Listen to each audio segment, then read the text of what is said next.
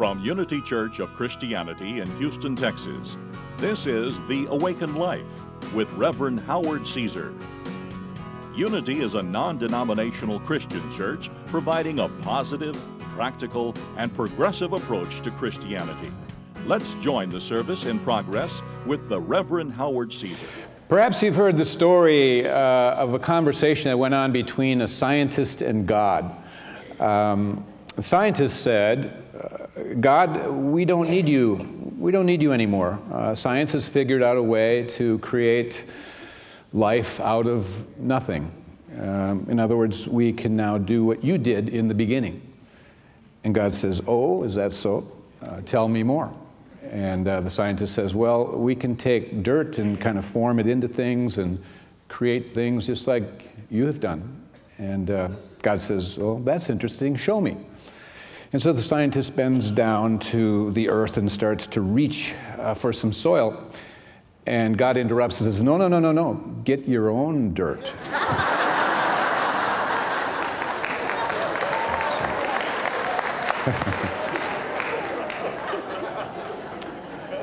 The point being, we can't do anything apart from God. That is the truth. You know, it's all God. And we are a part of God, and God is a part of us. God is in us.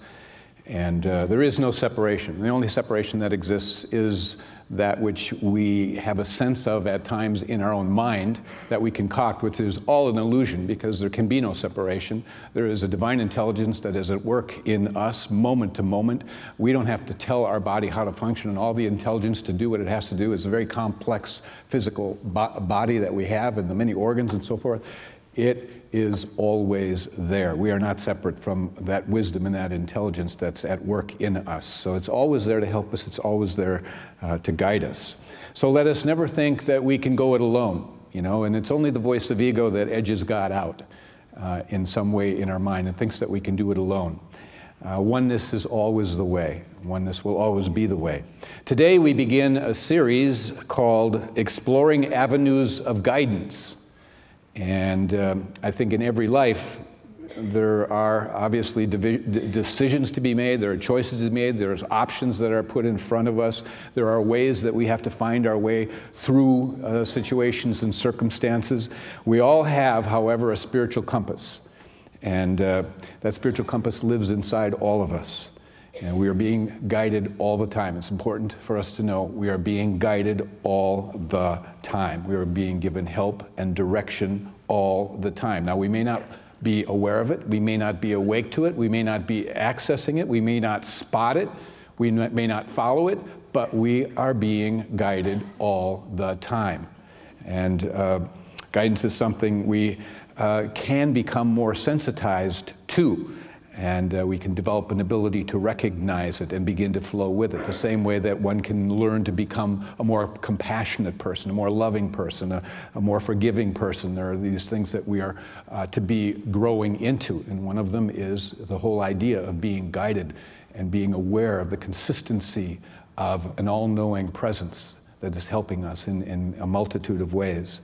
And so we have lots of difficult decisions that we face in this life, and you know, things like where to live and not live, and whether to move or not to move, and whether to take that job or not take it, and whether to marry that person or not, and whether to love or not, whether to forgive or not, whether to be angry or not, whether to have the surgery or not, whether to release the grief or not, whether to let go or not, whether to hold on or not, whether to be afraid of not. You want me to continue? It's a lot of, okay.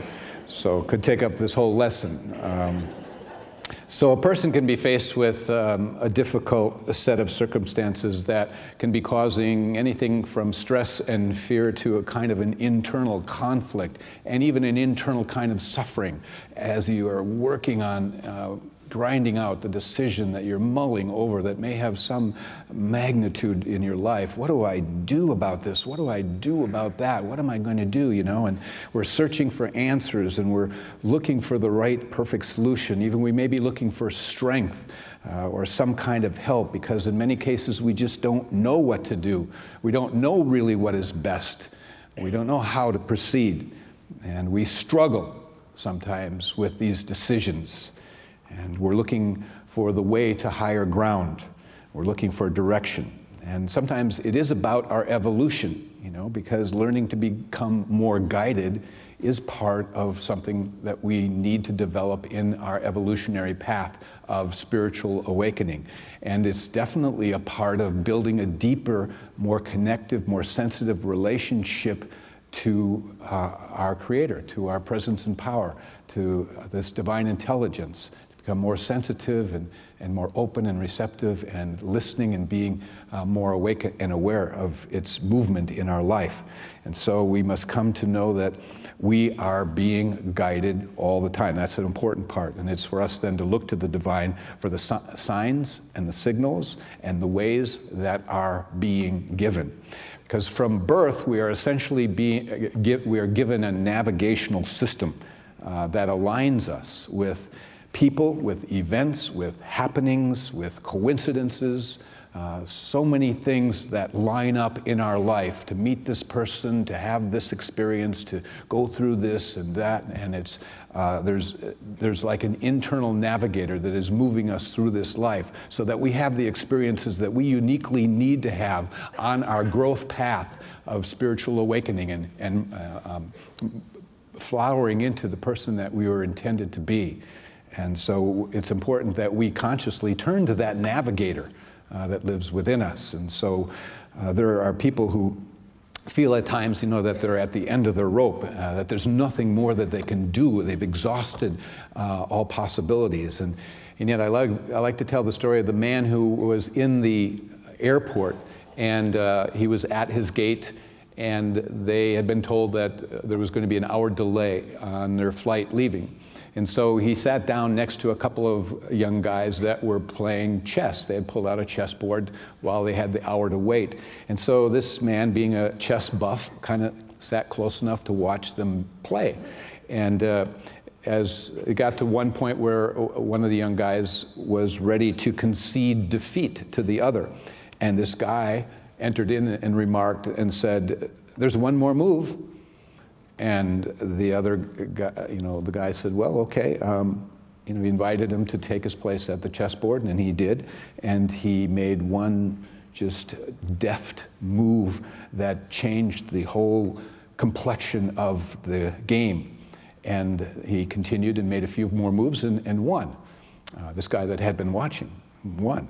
And this guy also was a spiritual guy and kind of evolved, and he said, you know, in chess, there may not always be one more move, but in life, when our best efforts have seemed to fail to solve some problem, there is always one more move.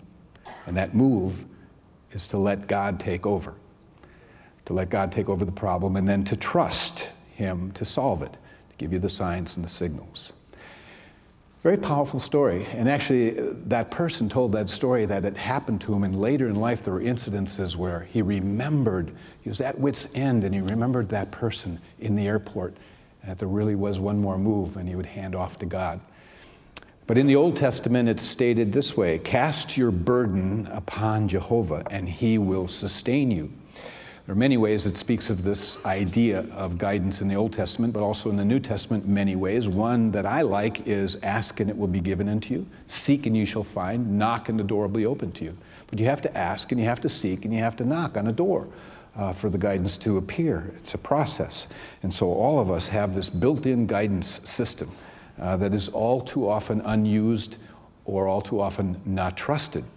There is a dimension of us that is of God, that is all-knowing. And there's an all-knowingness, like an all-knowing channel that lives in us. It's a part of us that's been referred to as the Son of God of you, or as Paul talked about it, as Christ in you, your hope of glory. But it's your higher self, if you want to speak of it as that. But it connects you to this infinite intelligence that you may not be conscious of, because even it's going on within, as I said earlier, in the framework of even the operation of your physical body. But it's a frequency that you can tune into, much like a radio station. There are many voices out there and there's a lot of static, but essentially if you learn to tune into the channel that is about guidance and connecting, then you will receive a level of clarity and vision and intuition and inner knowing, and you will receive the signs and the signals that uniquely speak to you and can lead and guide and direct. One key is knowing that without a doubt, God will come to your aid. That's one key that you have to live from. The second key is that a person must trust the guidance when it does come. And whatever the guidance, sometimes it goes against our kind of human tendencies or human perceptions to follow that guidance. But again, we have to begin to recognize that it is coming from something on high from within us. The Bible is full of many stories, of course, that present a message of, look what God can do if you simply stand still and behold the works of God, the works that he can do. There's many references to that. I mean, Moses coming up against the Red Sea, what do? He says, stand still and behold the salvation of the Lord that you will see today. But you have to stand still and you have to look in that direction. You have to access it. You had Daniel in the lion's den, same kind of thing. You have the psalmist who says, you know, be still and know that I am God. In other words, you have to become still enough and hear that voice inside you that's telling you, just be still and know that I'm God, that I'm with you, I will lead and guide you. I won't leave you dangling here.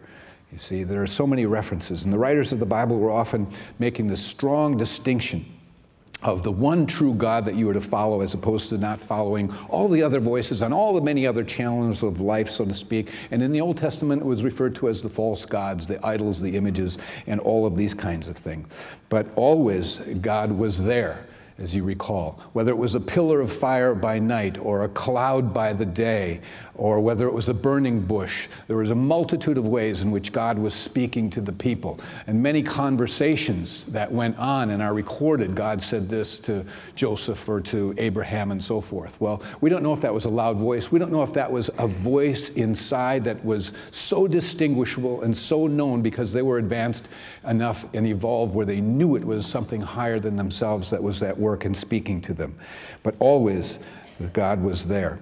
There is a wonderful story in the book of Daniel. It's actually chapter 3 of Daniel that you could go and read yourself. It's a wonderful story. It may be familiar to you. The Jews were in exile in Babylon at the time. Nebuchadnezzar was the king. And as king, he had come up with the idea of creating this golden image and this idol that was to be recognized by all the people as their God. And so he had a gathering, and he called together all the governors, the captains, the judges, the counselors, the different rulers of the different provinces that he had, and he had a dedication of this golden image. And what he did was instruct everyone that when a particular form of music was played, and it would be distinct, he said that the sound would come from a cornet, a flute, a harp, and a dulcimer. And I guess he played it there for him. Whenever you hear that, you must fall down and worship. And if you do not do that, you will be thrust into the fiery furnace. And that'll be the end. You will be crisped.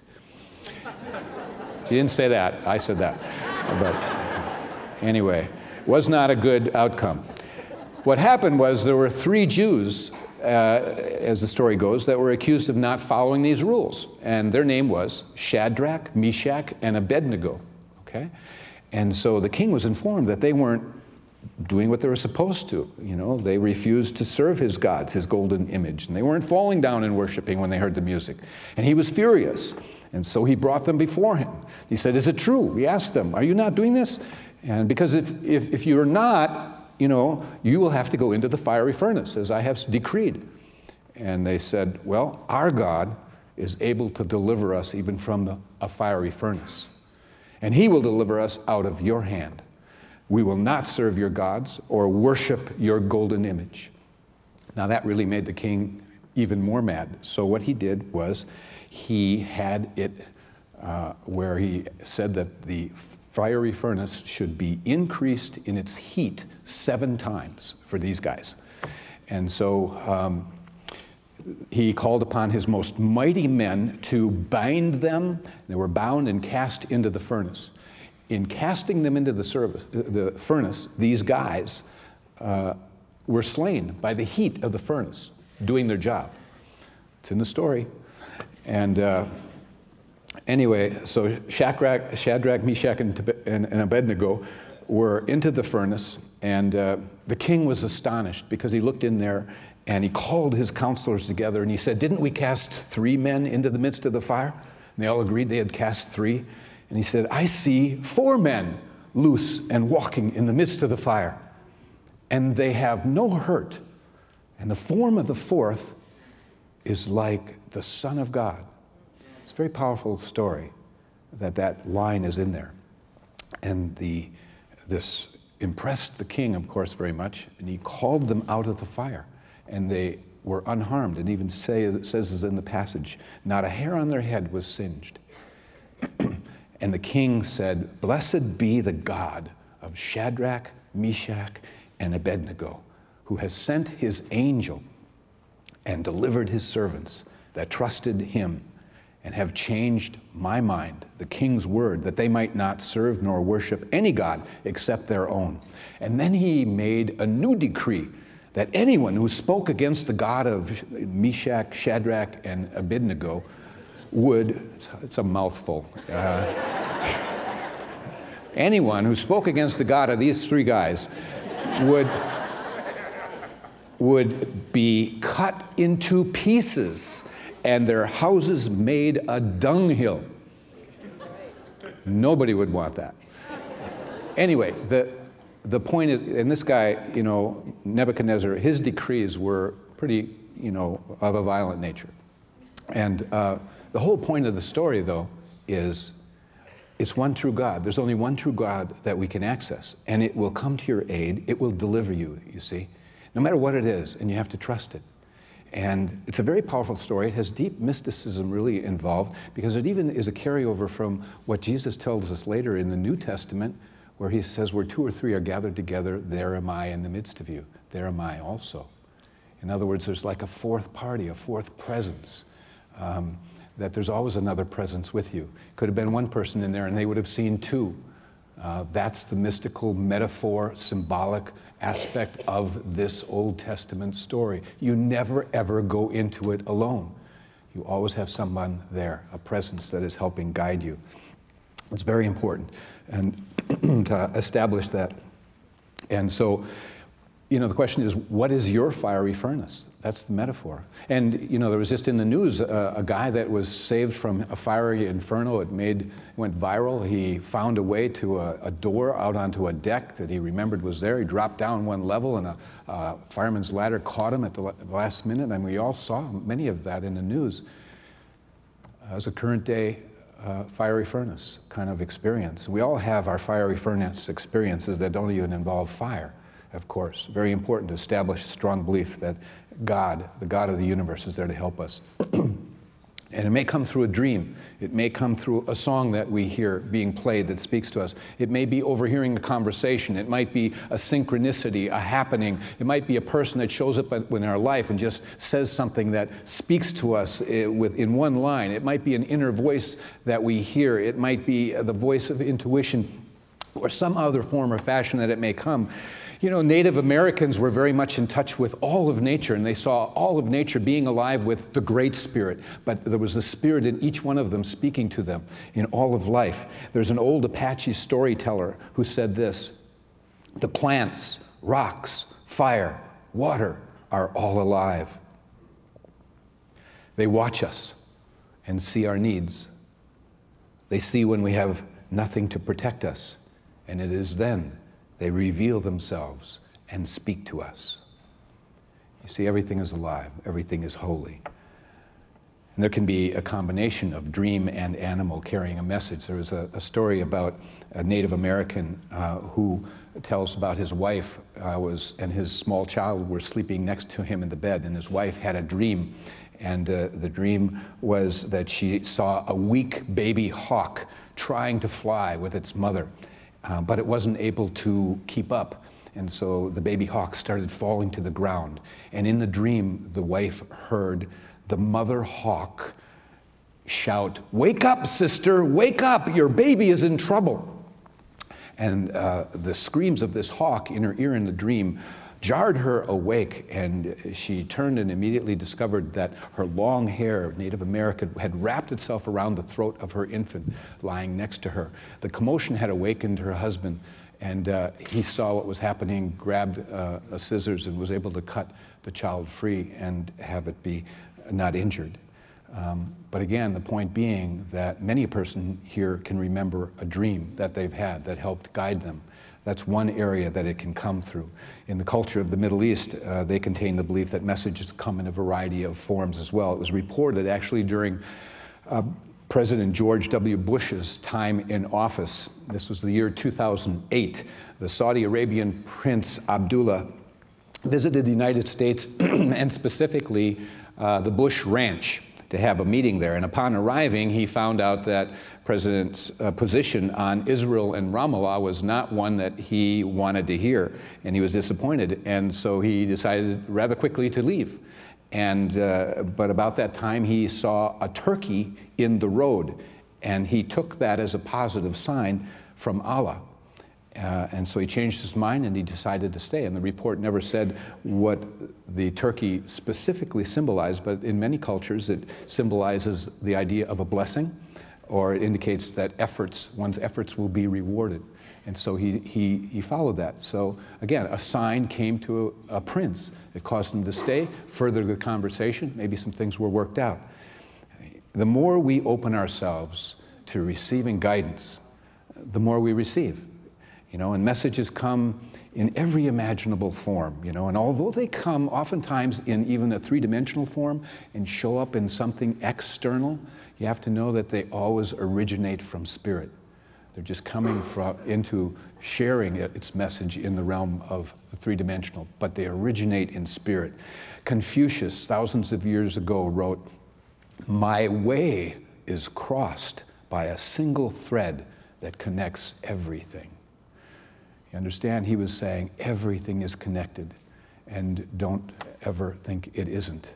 We live in an interconnected universe. Everything is holy, and some of the messages that come through to us are spontaneous, you know, and we don't know, they just appear. And other times they come by virtue of request. We're asking for guidance. Little do we know oftentimes how often Spirit is trying to convey a message to us spontaneously that we're not tuned in, we're not awake, we're not aware, we're not noticing. But the guidance is there because guidance always is.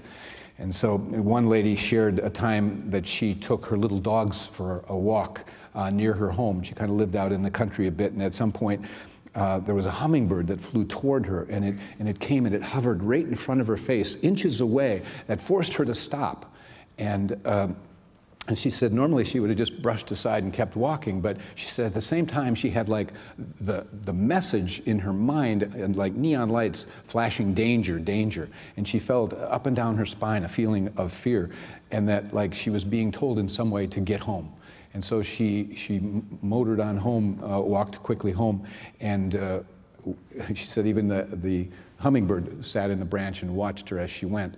And she got home, and there was on the answering machine there was a light there, and she checked the message, and her neighbor had just called from across the way and said there was a wild pack of dogs that was roaming the area, and it had attacked their sheepdog while it was trying to protect some goats, and it had also killed the old family dog that was napping on the front porch.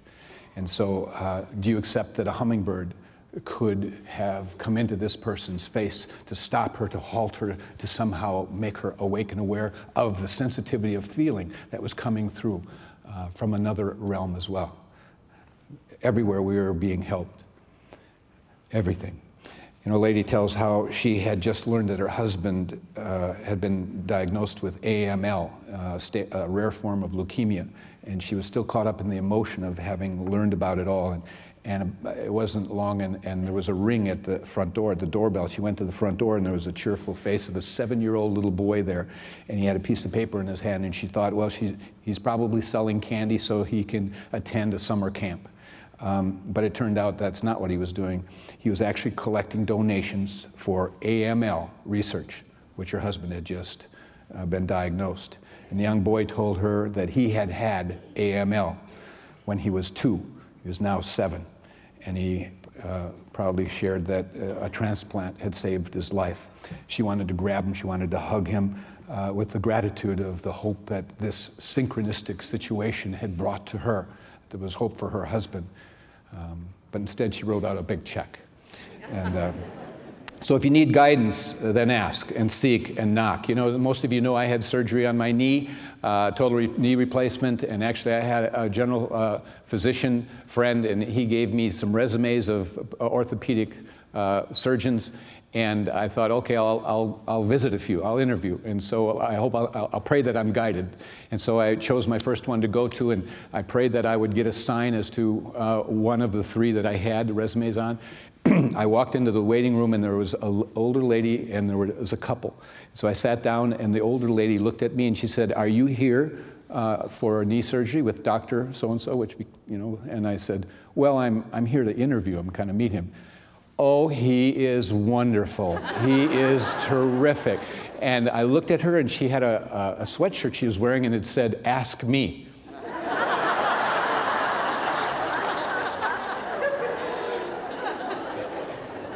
And I said, "Well, I need to have a knee replacement." And she said, "Oh, I've had 2. I'm 88 years old, and I had one from him 20 years ago and another one, I don't know how many other years. And look at me." She stood up. The other couple's chuckling. I'm laughing. Once she stood up, her sweatshirt actually said, "Ask me about butterflies." She had a hobby in which she would go and talk about butterflies at different churches, 88 years old. Anyway, would you have thought that was a sign? Duh, you know.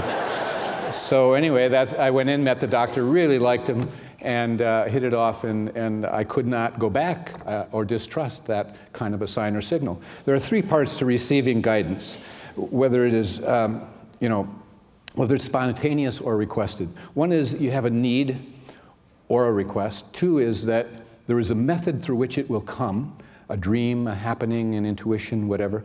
And 3rd is that the message, you be willing to be open to receiving it and acting on it.